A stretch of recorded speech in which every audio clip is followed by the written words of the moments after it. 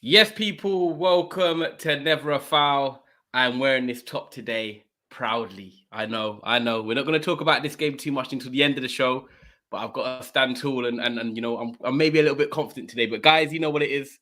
Make sure you're smashing the like and subscribe button. It's me today hosting. We've got Mo in the building, and we hopefully will have a City fan in Huey coming on as well. So, guys, keep supporting the channels. It's been a big weekend of Premier League football. We're going to touch on all the games from yesterday and some of the big games from the weekend. And yeah, get your thoughts in. Let us know how you feel. And we're going to run up them comments. Big up, people. Happy Monday.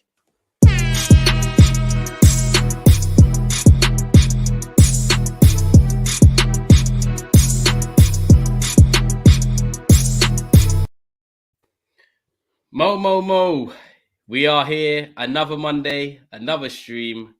We can just dissect, we can kick back, we can just talk about it all and all and all. How are you doing, my brother? Well, I'm good. It's good morning here for me. I just woke up and I'm here to talk about everything. But first of all, big day for you, my friend. Very, Whew. very big day. I know you don't want to talk about it, but it's Oh, I the need to. 6-pointer relegation battle coming your way later today. Listen, if we beat Liverpool and they end up in that bottom three after 3 games, Darwin Núñez, 80 million, red card last week, Jurgen Klopp crying away as he does in his press conferences. Come on. There's not a football fan out there that wouldn't be smiling or deep down chuckling to themselves tonight if Man United go and turn up and we beat Liverpool tonight. Even you, Mo, even you will be grinning in Listen, that man, little house of I yours. have I have no horse in this race, to be honest, but just for the excitement of things. Mm. Listen.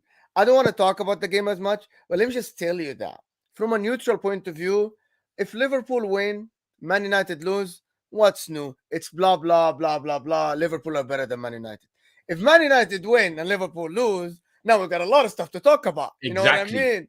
mean? Mm. We got something. We got It something. makes it super interesting. And this is why it's such a good game tonight. I actually kind of like the fact win, lose, or draw, I always keep it realistic. You know what it's like. The fact that it's on a Monday, under the lights, we've got sort of this protest going on, which I think a lot of fans are still going to the game. But there's timings for everything. And we've watched football a long time, Mo. You're older than me. We've watched football a long time. And you just know that if we score first and the crowd get going, and we haven't even gone ahead in any game this season so far, he takes Maguire out and brings in Martinez and Varane, and Malacia comes in for sure. I know it's not, oh my God, these are changes that are going to change the world. No, but they might just ignite a little flame in us tonight, and we might get that extra 5%, 10% we need. And anything in football can change the game. A VAR, an early goal, it's a rivalry, man. And, you know, I've watched Man United when we was in our best times and we were beating Liverpool. And sorry, we were playing Liverpool when we was in the top winning leagues and stuff like that. But it kind of went out the window. Liverpool still turned up and beat us in some games. So let's see what happens, man. But I'm going to bring in Huey now, Manchester City fan in the building. First time I'm streaming with him, but obviously I know about him for you obviously doing this Big Six and Saeed and stuff as well. So Huey, it's great to have you on. Hope you keep him well, my brother. How you doing? I'm good, man. I'm at peace with yesterday's result now. I'm over it. It is what it is. But yeah, listen, thanks for having me on. It's good to meet you finally, Ty, properly. Yeah, And properly, man. Mo, as always, great to see you, bro. Yeah, Love here that. we. Love It's good to talk to you again, bro. I was Yeah. waiting for time to talk to you about yesterday, to be honest. Oh, that. man. You know what? Let's start there, okay? Mm. Did you go to the game or you watched it from TV? No, I watched it on telly. Oh, so the people that went to the game said that they have never seen Man City stretched like this ever. Yeah. They've never seen a team that come at Man City and make them do forced errors. They're not unforced errors. The Man City fan base, when we talked to Imran yesterday, he was like, but Rodri didn't have his best game. But there's a reason for that. There's another team on the pitch. It's not only you. You know what I mean? Like, there is another coach in the field. Even Guardiola after the game, like I listened to the BBC Sunday Night Football or something, and they said something about Guardiola said, they came to us. We were not expecting this.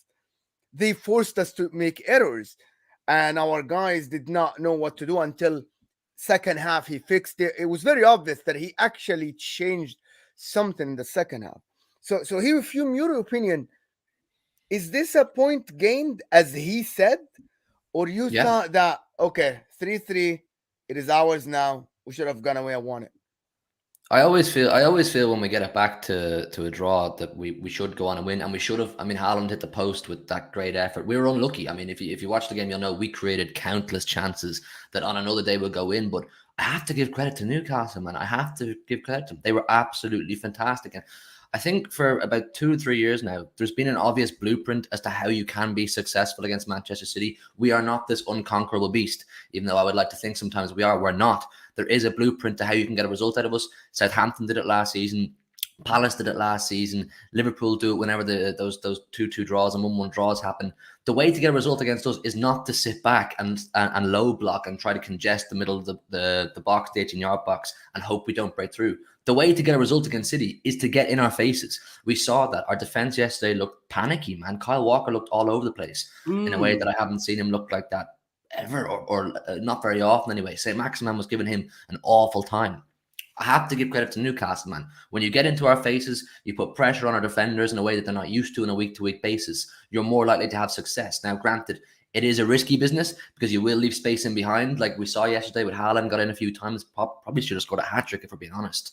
But you can still get joy. Newcastle will feel like it's 2 points dropped. For us, it's a point game. They were fantastic yesterday. Yeah, I think it's very interesting, right? Because I think that game was a very good eye-opener, because I think what you said about Kyle Walker, St. Maximin, a lot of people get onto him about his end product, but he's that type of player that he causes chaos. And I think the way Pep lines up, he doesn't really... I always find this thing with Pep that when your team are struggling or you're going for a bit of a bad patch, he doesn't really make that many changes. He's like, no, I'm going to stick with that 11 that's out there and hope that they find a way. When really, I think it's the other way around. That's when he maybe should bring on Alvarez or do something differently. But on the game, I just think where you play with like that 2-5-3 formation and Cancelo and Walker come in, Newcastle were brilliant in having Almiron and St. Maximin sort of hugging the touchline wide, because every time they got the ball in the midfield, it was like get it out to them. And then Callum Wilson, yes, I get it. He's not the most clinical striker, but he's a good Premier League striker. And he was occupying Diaz and Aki, or Diaz and Stones, when Aki went off. And it just opened up space. And I just thought, you know what I was impressed with Newcastle the most about is that whenever City normally play teams and they score early, you kind of like, oh, here we go again. Like City are going to dominate the ball. They're going to control the game. The last team we're going to go behind to is City. So I was kind of thinking like that within the first 5 minutes when City had scored. But the response from Newcastle, the amount of chances they created, the ability to not say, do you know what, like most teams, I'll throw in the towel. We're just going to hope now for something and, try and get back into the game. They were the dominant team for that next 30 minutes, and they could have been 3-1 up, but they weren't. They were missing chances and chances. And I just think for a Newcastle fan, that gives them a lot of optimism. It gives Eddie Howe that belief in his team that, come on now, let's be honest, they've brought new owners in. They've not gone out there and spent Hail Marys and done all this. They're trying to be smart. The Nick Pope, the Sven Botmans, I like the way they're moving. And if there's any other players that are looking to come into that club in the next 12 to 18 months, for Newcastle, I thought it was a perfect advert to say, do you know what? We are really going to try and head in the right direction there. And my other thing from it, Huey, is that does it concern you a little bit in terms of with Man City, right? I think they're a brilliant team. And I know I'm a Man United fan, but I'm speaking respectfully. You're a brilliant team. You got Bernardo Silva, you've got Grealish, you've got Foden, and you've got Mahrez. Sterling's gone, Jesus gone. And now I think out of all them attackers, Sterling and Jesus are the quickest out of them six. Do you think you're missing a bit of like a pace outlook within your team, even though Guardiola loves control? Do you think you maybe need a bit of pace in that team? Now, I don't forget Haaland because he's the striker. He's up front. I know he can do a bit of everything. But I'm on about on the flanks. Do you think you're missing a bit of that oomph? Like look at the Leeds-Chelsea game, all about pace and speed. Newcastle, St. Maximin, Almiron, pace and speed. Do you think you need a bit of that? I do and I don't. I think in certain situations you do. When teams do get up in our face like Newcastle did yesterday, that is a time where you would like a Raheem Sterling in behind. Even though he's not clinical, he will create a chance or two for Haaland. But I don't think our game is necessarily based on pace. It's more of a technical thing. We are used to, like I said, on a week-to-week basis, teams setting up with a low block. And essentially we have the whole pitch to ourselves. We're not a counter-attacking team. Statistically, we are brutal at counter-attacks. We're about technical ability. You saw with De Bruyne's assist for Bernardo yesterday, that's a run-of-the-mill kind of goal for Manchester City. Absolutely, Brilliant pass. yeah. One of the best assists I think I've ever seen. Like, that is absolutely outrageous. But in terms of pace, I just don't think it's the way we set up. I think the Alvarez kid, he does have a lot of pace. He is a very, very quick kid, Julian Alvarez, and I think he's an option that I would have liked to have seen yesterday. I really would have liked to have seen yesterday when Newcastle were playing that very high line. I think we could have brought off maybe Phil Foden. I thought he wasn't fantastic yesterday. He could have squared it once or twice for Haaland. 2 weeks in a row now, Huey. 2 weeks in a row he's done that now, isn't it? No, man, I know. He said it himself. He said it himself that he wants to this season improve his statistics and get more goals and assists. And I get that, but it can't be to the detriment of the team. You have to square those situations. Exactly. I think Alvarez should have been given at least a half an hour yesterday. Show us what you can do. Bring that pace, because he is an option. When we brought in Haaland and Alvarez, it was with the idea that they were both offered different dynamics, and we haven't seen that dynamic yet from Julian Alvarez, who I think is what you're talking about in the more pace merchant than the technical ability, even though he does have very good technical different ability. to sort of throw a team off. Yeah. That's what I thought you needed yesterday. Absolutely, yeah. 100%. Listen, man. People, sorry, Mo, just quickly, I'm just going to say to people, keep smashing that like button, by the way, and make sure you're subscribing. I did just drop Huey's channel into the chat here. So people, if you're loving your Man City content, big up Daps every time on holiday in Barcelona, sipping a nice drink. But please support, obviously, the channel down below here. Huey doing great things on the Big Six as well. So yeah, guys, you're supporting us. Keep liking the stream, subscribing if you're new as well. Over to you, Mo. Sorry, I just wanted to give you a little shout out. Yeah, just a couple of things. Number one is, you know, the problem yesterday in the first half is that City had a number 9. It's tactically, I see the games in different way than people see it. For me, because you were missing that one midfielder, and I said it to Dabs before, Guardiola compensated with this, which is he did it when Aguero used to play high on the pitch. The fullback stuck inside, and this is why Almiron and Saint-Maximin had time on the ball before the fullback came to them to close them down. Normally, when you have a false 9, your fullback's still wide a little bit. Cancelo was wide last year. Kyle Walker was wide. But this game, Kyle Walker, it took him about 2-3 seconds or 20 yards to get close to Saint-Maximin. And that gives Saint-Maximin, number one, the first touch, the chance to see the pitch. They weren't close to him enough. And that's what you're going to get with a number 9 until he get used, Haaland, to drop in and fill that midfield hole. That because the pitch is so wide with City, because he's always Guardiola looking for the empty space. He said that if you watch his like the TV, what is it called, All or Nothing, he's like the pitch, if we make it wide, there is always a free space. But that's why the fullbacks come in, so the forwards and everybody else can get on spaces wide. But that's what you get. That is why you have to be good in one-on-one. And I don't think anybody yesterday was good one-on-one. Just against Wilson yesterday, that first touch for that goal he scored was like they were not close enough. The defender gave him space to get the touch. Saint-Maximin had a lot of time and space to go one-on-one with Kyle Walker, isolation. And that is something that now any quick and technical winger might give City a problem. And I think this is the thing that needs to be fixed, because you can't just rely on Kyle Walker's speed all the time to recover. This is what I saw yesterday. And I think this is what, as you said, if the teams can bypass City's press with a couple of good passes and reach the wingers with isolation with the fullback, now the problems happen. And he is so good, Saint-Maximin, in this, which is what people say. And even Almiron yesterday was not bad at all on the ball. How many times he came inside on the left foot and he had space to dribble. Normally, against City, you shouldn't have that much space. But it was yesterday. And it's credit to Eddie Howe, to be honest. And he said it after the game that they had to run for 90 minutes to be able to just do this.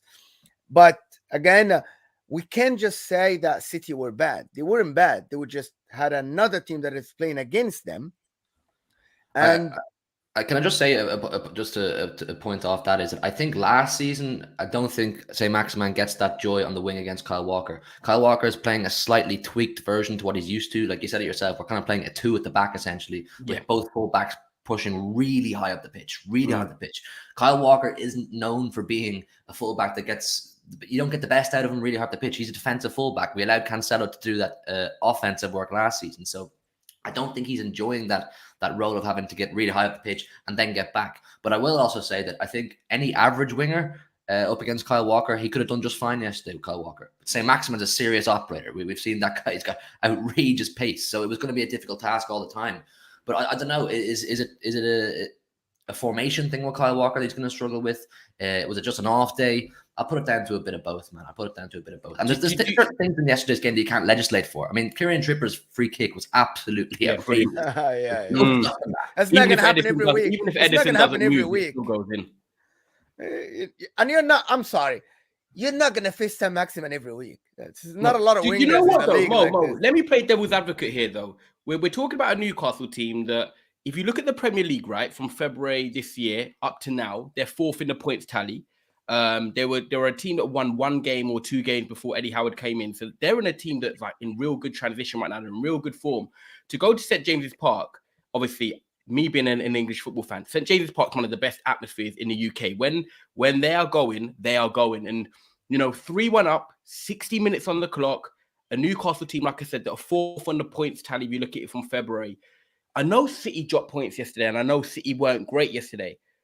But if I flip it round, a lot of other teams wouldn't even got back into the game. A lot of other teams wouldn't even rescue the points. So as much as City were bad, it says a lot about the City character that, yes, De Bruyne is a phenomenal player, is a great pass, but they still as a team have the characteristic to say, right, we're going to stick to our principles. We're going to get chances and potentially, like Huey said, even go on and potentially win the game when they miss them chances at the end. So if you had to find a positive, don't you think that, yes, it's a good point for City, because a lot of Liverpool's, maybe even Man United, I'm thinking that game's done at 3-1, 60th minutes. That's just me trying to put a positive spin on it for City. See what you guys think. 100%. Like when we were 3-1 down, I was kind of thinking it's looking very ominous. But I also, as a City fan now for a long time, I also always feel we can get ourselves back into it. But it does just feel like a point game. That was our first real test of the season, in terms of our character, like you said, and we showed great character. We have so many players in this squad who have been here. They've done it. They know how to get themselves back into games. They know how to win tight situations, and that's just what we did yesterday. I had to just simply give all credit to Newcastle. They will feel like they should have won that game. We were chasing them for most of the game. There was a solid 35 minutes there where we couldn't keep the ball, and that is not something you see often with Manchester City Football Club. 100%. Like you said, Newcastle are building in fantastic fashion right now, and particularly in St. James's Park, like you said, with that atmosphere, they're going to cause serious problems for a lot of teams. So I'm just glad that we got in and got out with a point now. And you've got it out of the way. 100%. You know what? Newcastle have to challenge for. Listen, for it's what? not gold. Okay, they have to challenge for top 6. For top 6. Oh, okay. Yeah, me and Hugh are thinking, Mo, you're not telling me the title, are you? You're thinking, what's going on? No. Title. No. They don't have the quality. They don't have. No. They have only But 11. So what? Realistically, to be honest, they are like. I'm gonna say they have kind of similar squad to Arsenal or like Spurs. They have like 12, 13 good players that can do like top 6 European 7th position. But outside, the people that come from the bench are not great. Like Sean Staff, they're not great. Matt Ritchie, they're not like the quality. But when you have Dan Burn, you have Botman, when you have Shearer, and you have Joel Linton, you have a good starting 11. But the challenge is going to be, can they keep Wilson healthy enough? Can they keep St. Maximin doing this week in, week out? Because we know that he does this a week or two, and then he disappears for 3-4 weeks. But that's the thing. So for me, their starting 11, for now, is as good as Arsenal, as good as Spurs, better than Man United. And maybe they're not as good as Chelsea, in my opinion, but they should be able to get a European position. They're better than West Ham. They're better than West Ham, in my opinion. We'll see how it is, because West Ham are like. I think what it is, I don't think individually they're as good as these teams you're listing, Mo. But I think as a collective and what the team is right now, and knowing your instructions, I understand. But as individuals, as players, I don't agree with that statement you've just made. But I think St. Maximin on his day is one of the best wingers in the world. So do I. I think he's brilliant. But when you talk about the whole team, and you've got Dan Burn, I get it, you've got Fabian Schär, then you've got Willock, and then you've got Almiron, and like. I think that to be honest, for me, I rate Dan Burn. I think Dan Burn is a game changer for some teams. For me, I know that people don't. I know, but you're talking about Spurs and Arsenal here, and saying that they're Dan Burn would get into the Spurs team. Let's see what Hugh thinks. Let's see what Hugh thinks on that, because I disagree.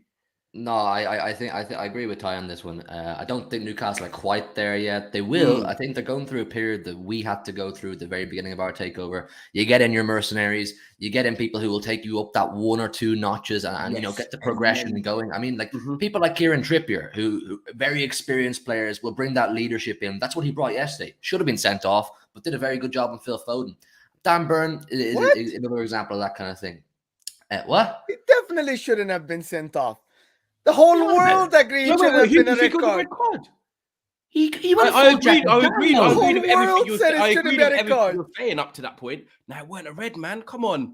Nah, that's dangerous, man. That's dangerous play. It's not dangerous at all. He actually retracted his leg, and to be honest, he tripped him. He just tripped him. Yeah. It's as simple as that. It tripped. If you freeze the frame, you'll see the guy is completely off the ground with his leg out. Like it's. But the it's a stats are not. breaker. The He stats catches are the not ball. showing. Huey, It's not. be honest. Be honest with me. If Kyle Walker had done that to St. Maximin the other way, you would not be saying that was a red. Come on. I would. It's not I'd be stats showing. saying, He didn't even geez, hit he's him. lucky He to get tripped away him. with that. He is lucky to get away with that. Even Trippier's contact, like Mo said, he kind of like withdraws it, so he clicks him on the side. I just think it's an obvious yellow. And it If was the outside never, of the foot. It's this not channel even should be touched. called Never a Red today. To be fair, It's never a red. It's never a foul, as we say here. But sorry, Hugh, go back to your point on Newcastle, which you're saying about the rebuild and stuff, though, with the Trippier. Yeah, listen, they're going through a period which will take them 4 or 5 years to do properly. If they do it successfully, it'll be about 4 or 5 years before they're really up with your maybe Spurs and Arsenal, depending on how they go. They're getting in their mercenaries who'll steady the ship, get them up 1 or 2 levels, show consistency or add consistency more so and progress to whatever they're doing. But they're building nicely. Like I said, I think particularly in St. James's, they will cause a lot of problems for teams this year.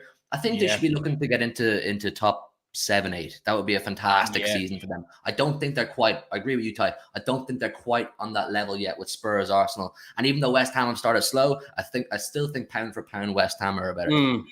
Yeah, no, I agree massively. And I think for me with Newcastle, I think they'll take a top 10 finish this year. Next year's challenge for Europe, and then in their 3rd/4th year, they'll try and go up from there. I think I think it's got to be steady progress and steady. Remember me when they make top 7, Ty. Remember me when they make top 7 this year and they. No, not this me. Me and remember me. I just want to say it. Me and Hugh will both remember. Don't worry, we will. We're going to move on now, guys. That was the Newcastle draw with Man City. Like I said, as always, please make sure, like Solo says, you're here, smashing that like button. There's 60 of you watching on a 4 o'clock on a Monday, which I do appreciate. 4 hours now to the biggest game of the season so far. Please subscribe to Huey's channel. It's down below in the description as well. So make sure you support his platform and Mo's platform as well, which is a lot of Inter Milan content, generic content for Serie A. So please hit that like button and make that fun. Yeah, before we move on, I want to say a couple of things. Number one, on this platform, on Never Foul, I called City's game a little bit boring most of the time because they are expected. Because as a neutral, when I don't support anybody in the Premier League, and if I'm going to choose a game to watch, I never choose City game. I put it on the second screen unless it's against a top 16, because as Huey said, they always dominate the game, and it's what I expect.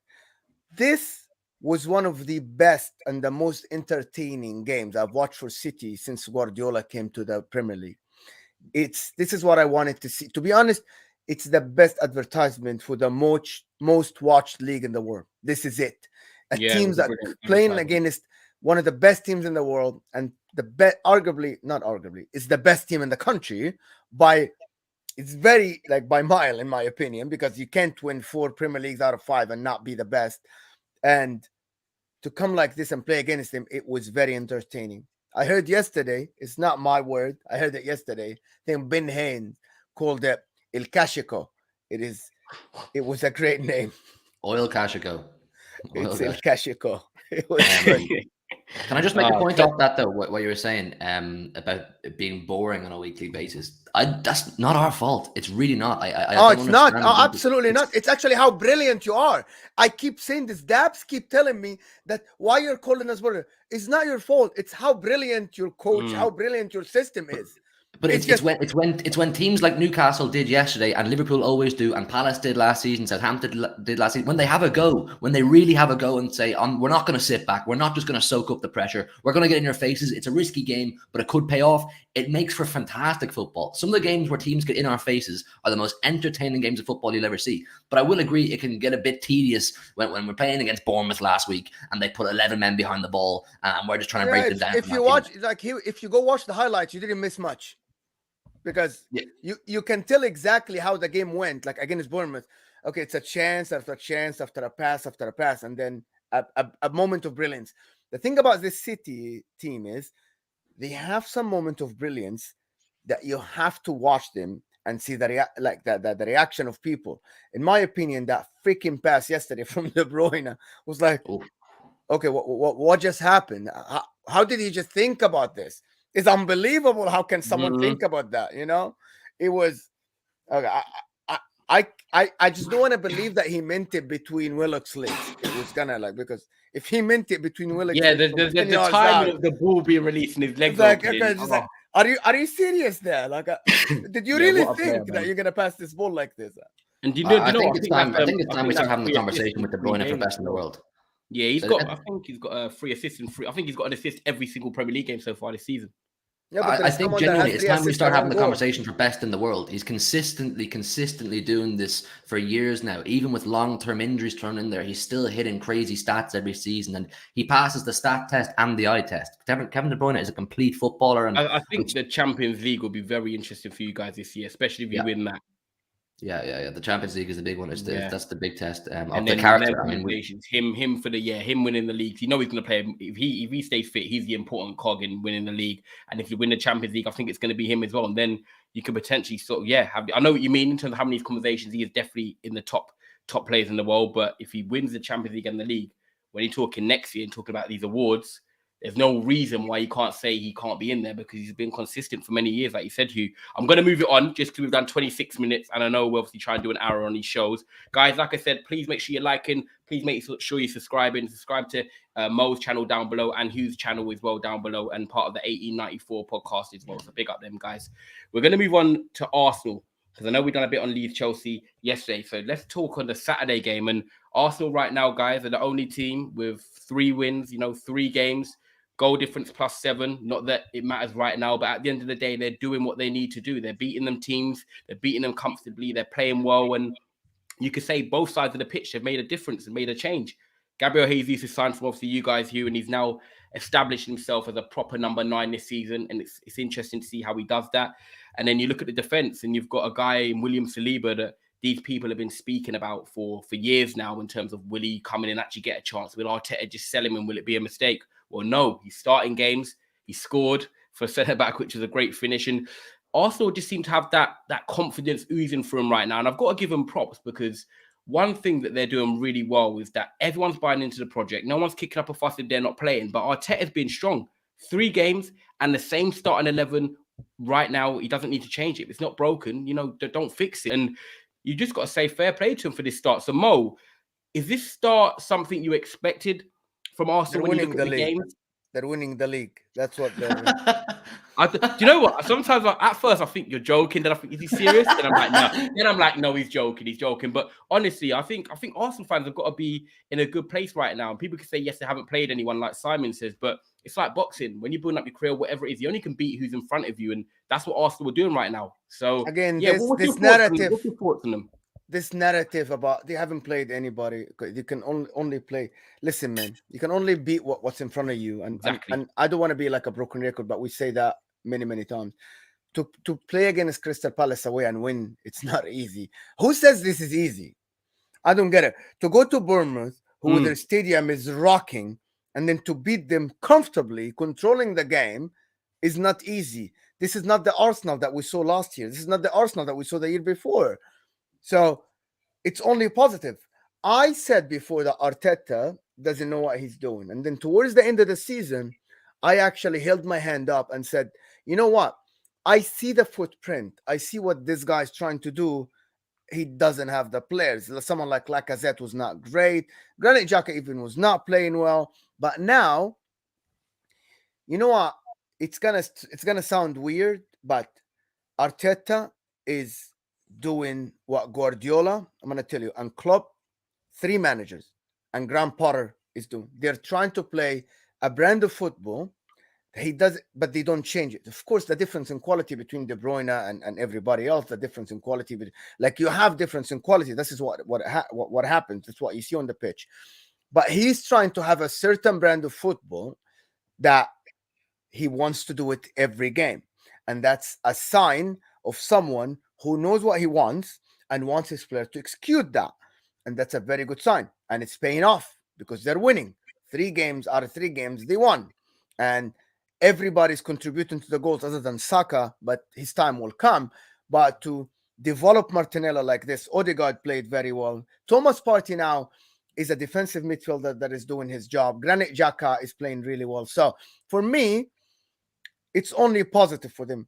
There is no negative. I have not seen anything bad from them until this moment. And I can just discard what I'm seeing. And I can just say, I can just put my face in the mud and say, they're going to be bad. They're going to be bad. No, they are good. They're playing good. So you just have to give them credit. And I enjoy watching them. And I enjoy watching Arteta's system in play. And the players are executing. So there is nothing bad about this team until this moment. Yeah. What about you, Hugh? Because obviously Arteta was at your club. People said that he was kind of that great link in between the manager and the player, sort of building them relationships. He's taken Zinchenko and Jesus. Fair play to them. You know, they've won a lot of City, but they've gone there because they want to be first team. They're going to be starting, and Zinchenko is looking very good already. You can see him tucking into midfield like how Cancelo does, and Jesus. I just think he gives them something different. You know, that even though I know people will laugh, I love Martial, but that Martial, Firmino, Jesus, they don't have to be proper goal scorers only. They link up play, they can hold the ball up, they drop into intelligent positions. And you're seeing Arsenal so far building something good. Have you got any good things to say about them? And even look into the future, do you see Arteta really building something there? Or do you feel like what Arteta will do will be capped? And I'm not trying to put pressure on Arteta. Of course, he's doing what he's doing now. But do you know what? If Arsenal stick by this, they could potentially be coming in and challenging for the top 3 and doing that. Because forget it, I know Arsenal fans talk about top 4, but ultimately, what's every team's aim to win? Man United, we want to challenge for trophies in the future. Arsenal want to challenge for trophies. Do you believe that they could potentially get there with Arteta right now, what you're seeing so far? Listen, Arteta has one of the most difficult jobs in England, managing Arsenal Football Club. It's so important for him to maintain the fans on side, and that's such a difficult thing to do. We see with the Arsenal fans, they're well known for flip-flopping, and they had a great start to the season. They made some really shrewd signings this summer. Zinchenko is not someone I wanted to lose. I would like to have Zinchenko in my squad right now still. And with Jesus, he's someone I've been very critical of over the years because he's prone to missing chances, or he could fall out of big games and that kind of thing. But I still always knew there was a fantastic footballer in there. He just needed to go somewhere where he was loved, and he'd be given the time, and he'd be given the consistency on the pitch to find his way. And that's what he's done. I can't say anything more about Arsenal other than they've started great. It was just a matter of building momentum early doors for Arsenal, getting their feet on the ground, get off to the best start they possibly could. And they've done that. They've made light work of everyone they played against pretty much. And you said yourself, Mo, that Palace is a tough place to go. And first game of the season as well. Yeah, right? Man, that's rough. That is rough. So it's going to be interesting to see how they fare against the big 6 teams and their first big tests come along, how they do. And injuries will come into play. 1 or 2 serious injuries could knock them off a little bit. But listen, you can't praise them anymore, man. They're off to a flyer. They're the only team with all wins now. So big up Arteta. Yeah, fair play. Let me get through a few of the comments, people. I'm just going to read through a few of them from the top. 1 second, Mo. Keep smashing the like button, people. Tyron, you're getting absolutely pummeled tonight. All right, Yusuf. All right, we'll see come 10 p.m. You never know. Arsenal start well every season except the past 2 seasons. They'll be 8th in January. As a Liverpool man, credit to Arsenal for the start they've had. He's a very good coach, not so a manager. Arsenal haven't played anyone proper, but can only beat what's in front of you. Arsenal are an exciting team to watch, even with Mr. Arteta's Mr. Men drawing and light bulbs to motivate the players. Arsenal's next actually tough game could be Brentford away. They should win the rest till then. North London derby after that is going to be electric. This chat is not about us not facing good teams as such a myth. Liverpool had easy fixtures and struggled. Chelsea as well. Stop this false narrative. By the way, I don't know if you're about in the comments, but we're giving credit to Arsenal saying that they can only beat who's in front of them. So hopefully that's not towards us, but thank you for your comments, Cheesy Chips. Danny says, lads, big up the lads. Thank you so much. Only Palace was a tough fixture for Arsenal. Let me get through a few more of these. Fact 2 from Raheem. Big up Raheem, always supporting the channel. I love that. We're building a side that actually looks solid from back to front with. When was the last time Arsenal had a good defensive midfield? I said it last year. Arteta's doing a good job. He's a no-nonsense manager, and I think we'll get top 4 easy. And big up the man himself. What's good? All the way from Barcelona, sipping a few mojitos. That's so funny. I actually said when Hugh came in, you will be sipping a drink, and you actually are. So I know you will. But yeah, smash those likes, people, and Daps, have a lovely trip, man. Like Boogerman says, hope you're having a good time. And you can subscribe to Hugh's channel right here down below, guys. So make sure you subscribe to Hugh's channel for our Man United content, Trafford Tunnel as well. I'll be doing a reaction with beers on Trafford Tunnel tonight after the Liverpool game. And also, please subscribe to Mo's channel as well, which is an Inter Milan content channel down below. So just keep supporting us and make sure you like this video as we carry on. Do you guys think with Arsenal, because the run has been good, I looked at their first 8 or 9 games, and like someone said in the comments, I actually think they're pretty winnable. Do you think when Arsenal come into the Europa League side of things, because a lot of teams always say obviously playing the Thursday, Sunday, do you think now they have a big enough squad that they're going to be able to compete on both fronts for the remaining in the top 4, remaining obviously trying to win the Europa League, because people know that that's what they want to win. They definitely want to win Europa League this year. Do you think there could be a time when they come a bit unstuck, or do you feel like they've got a big enough squad now to deal with this? I think they have the squad. I think they have the squad now. I mean, let's call it spade a spade. They've spent a lot of money in the last 2 years. You'd like to think they would have the squad, but the examples of them having the squad is when you see players like Smith Rowe not even starting games. Smith Rowe is an absolutely fantastic player, and he's not starting. They have at least 1 or 2 very, very good players to each position now. They should be able to compete. But like I said a few minutes ago, the test is when injuries come along, when they have that Thursday, Sunday. But I don't see any reason why they can't really, really push for that top 4 and give the Europa League a good go simultaneously. Yeah. What about you, Mo? Do you have questions? Obviously, you've seen Inter Milan in time. I'm not trying to compare the two, but you know, I know you've had Antonio Conte and other managers, but when it comes to like League, Champions League, and whatnot, a lot of teams do struggle a bit to cope with the European 3-day backlog. Do you think Arsenal have got a big enough squad, like who's saying, to do this and manage this? For Europa League Thursday, listen, man, they have. It's gonna sound. This is gonna be weird. They have Arsenal. They have Spurs, Liverpool, Leeds away, and then Man City. 4 games in a row in the middle of like Europa League.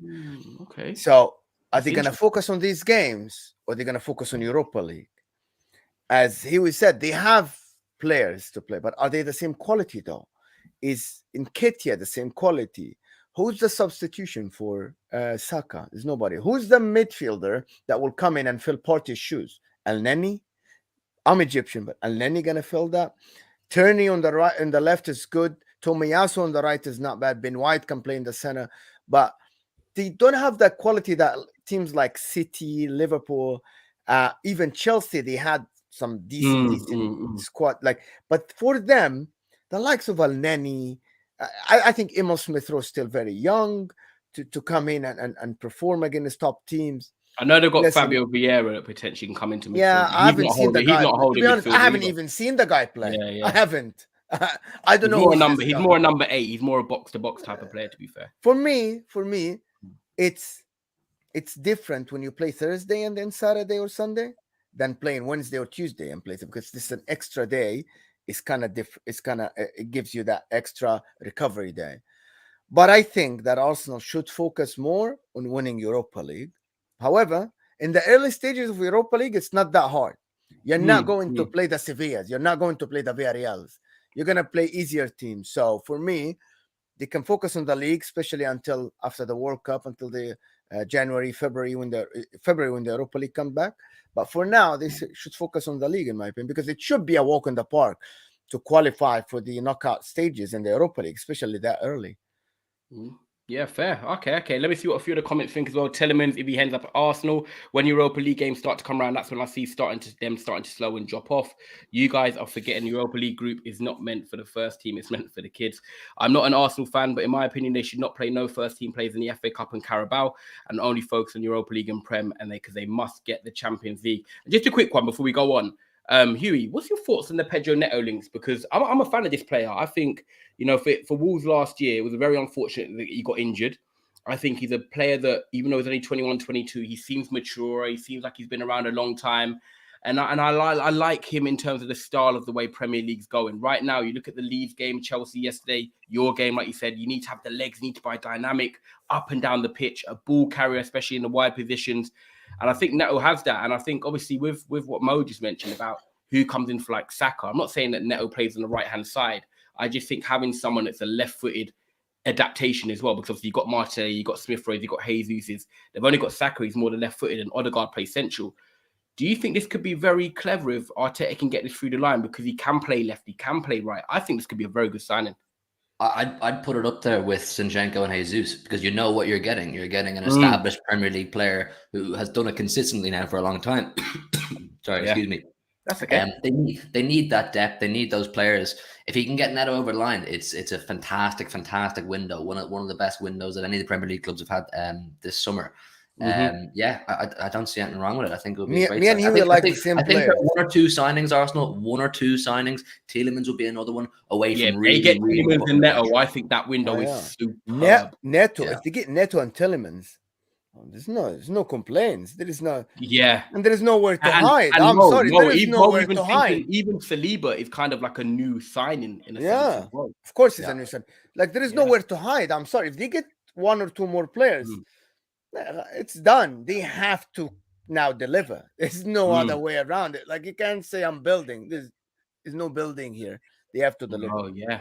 I think the big expectation Arteta will go up. People keep liking, subscribing to the channel. People, please keep supporting Hugh's channel down in the description below and Mo's channel as well. And like I said, Trafford Tunnel tonight for our Manchester United channel. I'll be doing a reaction with Arbiz. He's coming around mine to watch the big game tonight. Guys, we're going to talk about a couple more teams. I know we've got about 20 minutes to go. I'm going to save Chelsea till last, but I want to talk about a team that no one's really spoke on yet. They're bottom of the late table. Sorry, my work phone's going off. Apologise. Let me put it on silent. Do not want that ringing.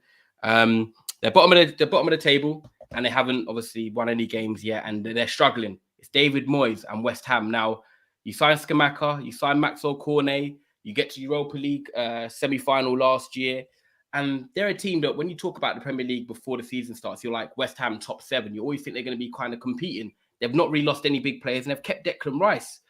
I'll be honest, like I looked at their last 10 games so far in the Prem, going back to even last season. I think they've won one of them.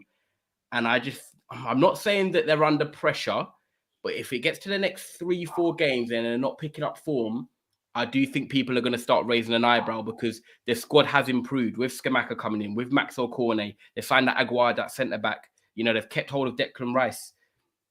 Is it time for West Ham fans to maybe start, having a few eyebrows raised, Mo? Or do you think, no, do you know what? Don't panic. It's 3 games in. They will come good. Listen, before I do that, I need people to hit that like button, guys. It's free. It's underneath the live chat. If you're on the live chat, hit that like button. Help us to bring you the content that you like. If you like us, hit that like button for this panel. Listen, man, they haven't scored a goal 3 games. That's a worrying sign. They haven't scored 1 goal. They have 5 goals against, no goals for. I think they played 2 games home already, and they haven't scored a goal. So it's, you know what? Crisis starting if they don't win a game in the next 2-3 games. That's okay. So you agree with me? You think pressure mounts if they don't win in the next 3 games? I'm sorry. You spent money in the summer. Okay, you did what you did last year with the Europa League and stuff like that. It's Conference League. He's going to play Conference League. Yeah, this year, Conference, yeah. So, look, they have to deliver. You can't just throw away the league because I've watched them. They're so flat. They're so flat. There's nothing happening on the team. It's just very, very flat. And I'm like, come on, just try something. Where's the flair that you have for Niles, Bowen? Where's the flair? I think, in my opinion, Declan Rice has to leave. He has to leave now. This window. He has to leave now. This team is in the decline. I don't think they're going to recover. Listen, man, the teams like Brighton, if you want to talk about this is the team on a rise. West Ham, they hit their ceiling, in my opinion. They hit their ceiling, and this is it for them. It's very interesting. And this is why I love doing these shows, and I'm hoping people enjoy the content, because I like to talk about stuff that's different, not always the same. And I thought West Ham would be a great topic this year. People are already saying punching above their weight last year. I look at them on paper. Is it really a top 7 side? What are your thoughts, Hugh? Because like I said, last 10 games, they've won 1 of them. Poor start so far. Bought players in, kept the big players. Do you think West Ham fans should be worried now? Or are you like, do you know what? Calm down. It's still early. 3 games gone. They could obviously tweak the new players and bring them into the side and they improve. But for me, I don't know. Obviously, I've had David Moyes as my manager at my club. I did not like him. Obviously, I saw what he done at Everton. But I just feel like he's one of them managers that, like, once it's peaked and it's run its course, it's like milk. When it's gone off, you ain't going to drink it, even though milk's so important. And I just don't know if David Moyes is kind of that manager. Can he lift them again, or do they need something different maybe next season? What do you think? Because don't forget, he's been there before. This is his second time as manager at West Ham. Well, that's what you said it yourself there, is can he lift them again? And, they went balls to the wall for that Europa League last season and they didn't get it. And is there an element that they've just run out of steam? They can't go anymore as a team. I mean, yes, you can say they brought in these new signings, and can they click? Can they go again? I don't know. I agree with Mo. I think if you're a player like Declan Rice, who wants to be at the very top of his game and wants to be one of the top clubs, he needs to be looking to go pretty well now. For me, this great West Ham team over the last kind of year or two has come to the end of its cycle, and they're going to have to go again. They're going to see can they build again? But it's up for players like Declan Rice now to move on, if you ask me. I think, like Mo said, he needs to move on. But I don't know. It's an interesting one. I'm disappointed with them. I had them down as a top 7 team this year again. Exactly. I like them. I like West Ham as a club, but it's going to be hard for David Moyes to get them going again. Yeah. We're going to talk about the £7 30 cents a pint that people complain. They are suing their stadium, people. You didn't know that? I didn't know West that. Ham are suing the London stadium because the prices of beer in the stadium. Wow, I did not know it's that. Very strange. I've never had a beer in my life, so I can't actually comment on beers and prices. I don't have a clue what the prices are. Shocking, I know. Beer or coffee, I've never had one. Yeah, so... But that's London, man. That's London. Those London prices are crazy. London you don't get that in exactly. Manchester. Whereabouts are you based, Hugh? Whereabouts are you? I'm based in Dublin, but I got a season ticket with City, so I go over to Manchester most weekends. Amazing, man. Oh, wicked. How far is it? About 25 minutes on a plane. Yeah, of course it would so be. You go every week. You fly every week to go see the game. Every other week. Most of the time, yeah, when I can. If I'm not working. Wicked, man. I love that. Okay. Yes, Geordie, I've never had a coffee. We did talk about Newcastle earlier, by the way, so I don't know if you was in the comments earlier, but we done a great segment talking about the Newcastle City game. Guys, like I said, keep smashing the like button, keep subscribing. We're going to do up to another 14, 15 minutes. But, guys, we've won West Ham. We've done a bit of London. I think we need to stick in London for the next few minutes and touch on Chelsea, because I know we spoke on it yesterday. But do you know what? With this Chelsea team, I'm glad I'm kind of on and they've lost, because I said something about Raheem Sterling, and I want to see what you think, Hugh, actually, being a City fan. Raheem Sterling, I really like. And by the way, this ain't me coming at Raheem Sterling. Chelsea were poor yesterday. They lost. There's much more bigger problems. But in terms of Raheem Sterling, right, I put out a video 2 days ago. I was on a show with Daps, and I was saying about Raheem Sterling going to Chelsea. It's a brilliant signing. I understand why he's going there. He's consistent in terms of his numbers. He's Premier League proven. You know what you're getting. Sometimes that's what you want in the Premier League. But I had a question mark about Raheem Sterling in terms of responsibility. So it's not him as a player. It's more the responsibility of him as a player. Because when you've been at Man City, right, I said to Daps, you've got Foden, Grealish, Bernardo, you've got obviously Gabriel Jesus, you had Mahrez. When he was playing say he was playing at home to Brentford on a Saturday, you're away to Everton on a Sunday next weekend. It doesn't matter who plays. It could be Foden, it could be Mahrez, it could be Sterling. No one's like, oh my God, Sterling's not starting, because you had so much depth and squad numbers that you get goals and assists from everywhere across the park. And I just feel like now for Sterling, he's going to a Chelsea team that struggled to create, struggled to score goals, and now him being the player that's going to be playing every single game, the pressure on him now is different to what it was at City, because now he's expected to be a creator. He's expected to score goals. And I just don't know with this team and the way Tuchel plays, if it's going to work for Sterling, because I feel like Sterling is the type of player where he at City gets on the end of things, the back post, he opens up space by intelligent runs and stuff like that. But Tuchel doesn't really play this type of system that I think benefits him. Now, I think Sterling might struggle in terms of his responsibility now. He's got to be that main man. He's got to stand up and be that burden. But I don't think he's that type of player. And it's no disrespect to Sterling. I just don't think he is that guy that's going to get his hands really dirty and say, right, I'm going to do this. I don't know what you think, but I'm interested to see what you think as a Man City fan and seeing him now at Chelsea and what they're starting like this season.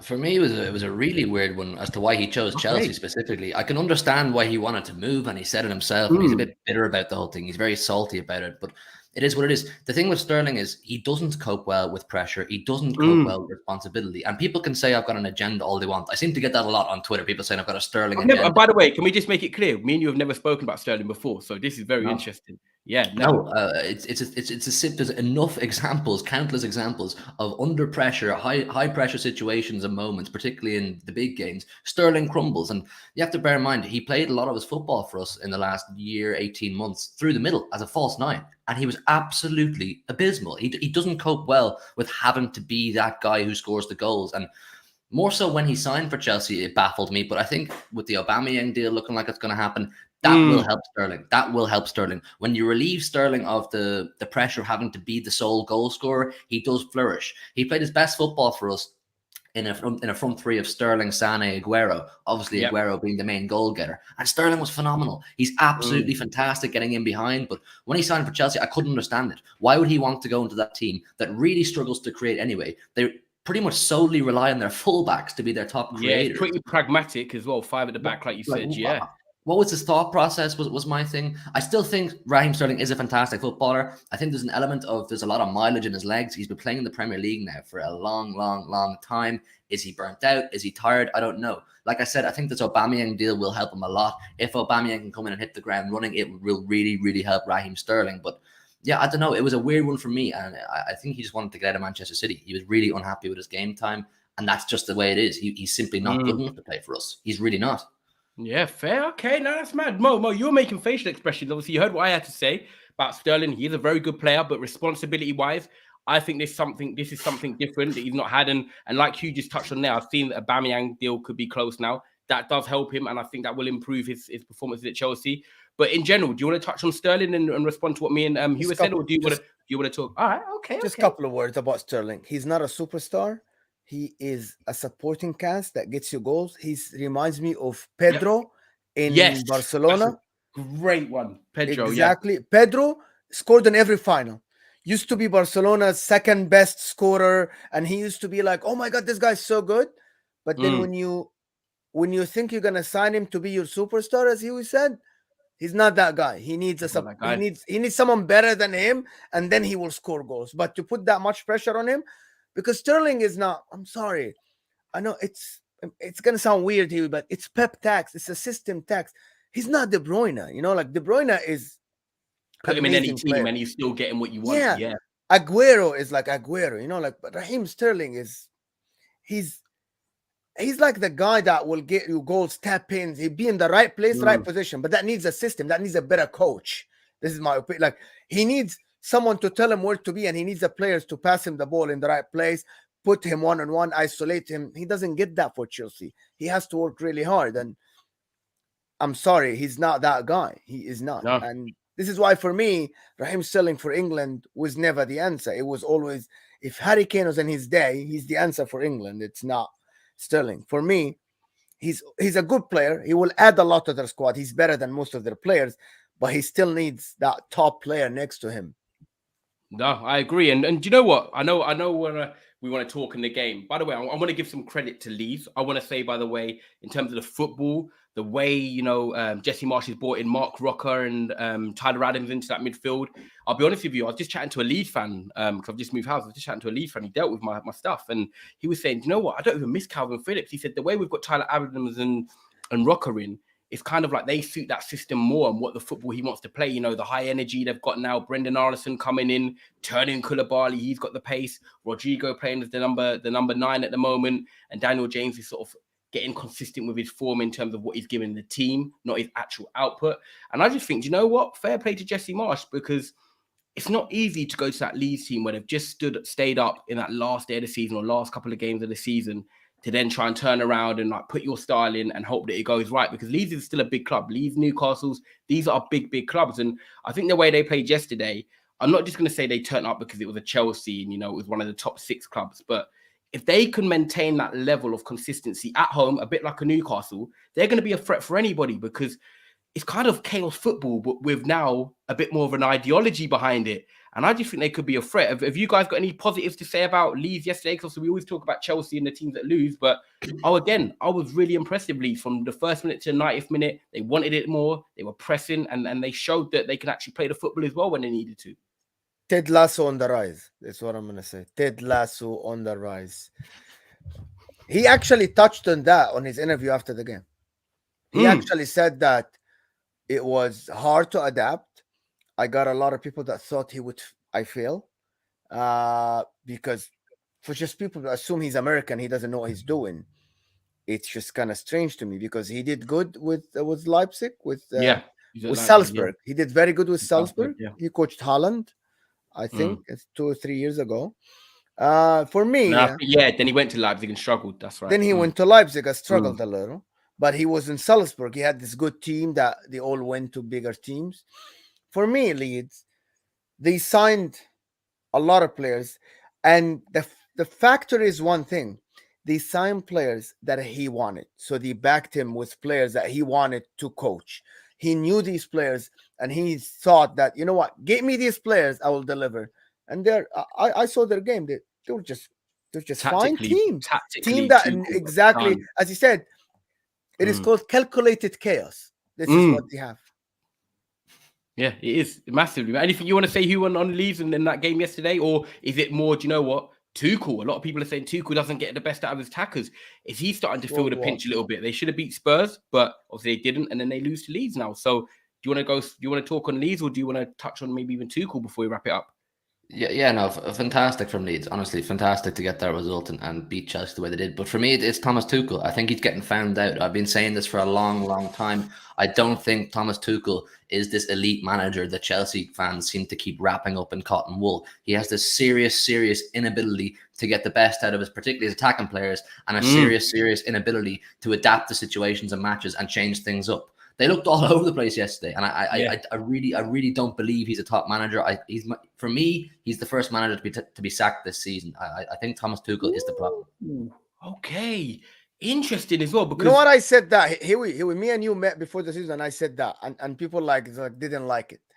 I'm like, okay, Thomas Tuchel. I think he's not gonna get. It doesn't look like he has a system in him. He doesn't have results coming his way. I don't see. Again, I'm gonna keep that. I'm gonna say the same word. I don't see the footprint of Thomas Tuchel on this team. I don't see it. No, 18 months now. I don't see it. They grind out. They get to finals. I understand what people are saying. It's about. But when we had Mourinho, and I know I'm going back to the sort of 2017, 2018 period. Yes, we won the Carabao Cup. We won the Europa League. But in the moment, it's kind of like you're happy because obviously if you win a final, of course you're happy. But then I wake up the next day and I was never a fan of Mourinho coming. And I was like, oh, that means he stays. We've got to play this football. And I kind of feel like it's like that for Chelsea heading that way. You might get to your finals. You might grind your way to victories. But really, is it sustainable? Is it something that the fans are really going to appease with for a long time? You're starting to see little cracks. And it's going to be interesting to see, especially if they get Aubameyang. And then that's even more pressure on Tuchel because it's another attacker who's come to the Premier League before and he's worked with Tuchel at Dortmund to get more out of. So I think Chelsea are under a bit of pressure here. And it's a very, very good start to the season. Obviously, we've got tonight now. We're just going to do a quick score prediction on that because obviously we've got like 1 or 2 minutes. I'm nervous for today's game. I'm hearing my boy Anthony Martial might be back in the starting 11, which would be exciting. But I just said before the show that, football works in weird ways. And the way that Man United are playing so far, we could make a couple changes with Varane Martinez coming back in, Malacia. And, Monday night game, if we go 1-0 up, the atmosphere could change. We know when we've watched football, we've seen it for years. We're not the best team against Liverpool. We're not better than them, no. But anything can happen. And tonight, I've just got a 5% in me that says that we could nick a result because this Liverpool team are not the best Liverpool team right now of their current version of themselves. Hugh, would you, as a rival, obviously being a Man City fan, do you think this is a foregone conclusion or do you sort of sit in the camp of, do you know what? It could be the right time to catch them. Oh, it's so hard to call. It really is so hard to call. It's the first time in a long time that United could catch Liverpool cold. They really could, but I just can't see it with Man United right now. They're all over the place. No, fair. I think Liverpool will have a serious fire in their belly with the fact that they haven't won a game yet this season. Klopp and Liverpool will not want to go winless 3 games into the season. That is not a good look. It's so hard to predict. I don't know. I really don't know. I'm looking forward to it, though. It's going to be really entertaining. Oh, I love that. And what about you, Mo? Before we wrap it up, you give me a little 30, 45 seconds thoughts on the game. Simple. It is Liverpool are playing without Darwin Noodles. They're playing without Thiago. And I think, you know what? I think Man United, as you said, if they start well, they can get a result. But it can get ugly really, really fast for Man Yeah, United, that is to be it. That is it. honest. They score first early.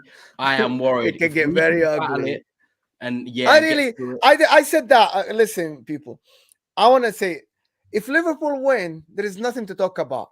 It's nothing. It's a sip. Like it's gonna be like same talk, same talk.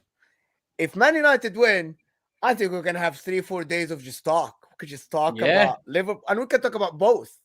And that would be great. It's for neutral. I think Man United win is something that I would want, just because it's like better talking points. Because if Liverpool win, okay, back on track, blah blah blah. Man United are still bad. Done. Finish. Next one. Hey, there you go. Well, guys, it's been a brilliant show talking on the Premier League Game Week 3 roundup, touched on West Ham, Newcastle City, Liverpool, Arsenal, and obviously ahead of the big game tonight in Chelsea with Thomas Tuchel. It's been a great show, Huey. First of all, obviously, great meeting you on the stream and coming on. Thank you so much. Just tell the people where they can find you, plug all your channels and everything. We all support each other. You know what it is, man. Yeah, listen, absolute pleasure meeting you, Ty. Mo, it's always a pleasure to work with you as well. I've really, really enjoyed this show. You did a fantastic job hosting, Ty. Really, really good job hosting as well. Oh, big up, man. Thank you. Listen, man. everybody can find me over at the 1894. Just type in the 1894. We're on the road to 4K subs at the minute, so any support is massively appreciated. You can find me on the Big Six as well. Every Monday and Thursday, be on there tonight talking about the games. So yeah, listen, love for having me on, and we'll do it again soon. Perfect, definitely 100%. And people, like I said, the channels are down below in the description as well. So make sure you go and check out all Hugh's content. I'll be on Trafford Tunnel today after the Man United Liverpool game, smiling or crying. I don't know which one, but let's see. So make sure you subscribe to Trafford Tunnel if you're a Manchester United fan. Most importantly, please like this video before you leave. Get these likes up. Keep supporting us, giving you great content throughout the day. Please subscribe if you're new as well. And Mo, I'll let you have the final say as well. Is there anything you want to say to the people? Guys, give us the likes, subscribe to our channel, and support this fandom, guys. Just give us the likes. Give us the likes we deserve. But anyway, it was always great having everybody talking to Huey, talking to you, Ty. It's a pleasure always. And guys, hope to see you on Trafford Tunnel after the game, so we can laugh at these guys if they lose, and we see them cry and fighting with each other. And also, we can just talk. You know what? On Trafford Tunnel, we can turn it into a Liverpool if they lose, and then we can talk about Liverpool as well. So yeah, that's guys, true. Go there, subscribe if you haven't subscribed to Trafford Tunnel, and subscribe to Hugh's channel. And thank you both for being here with us. 100%. There you go, guys. And other football fans, we love you guys in the comments. So thank you for watching. Enjoy the game tonight, and we'll be back soon. Big up.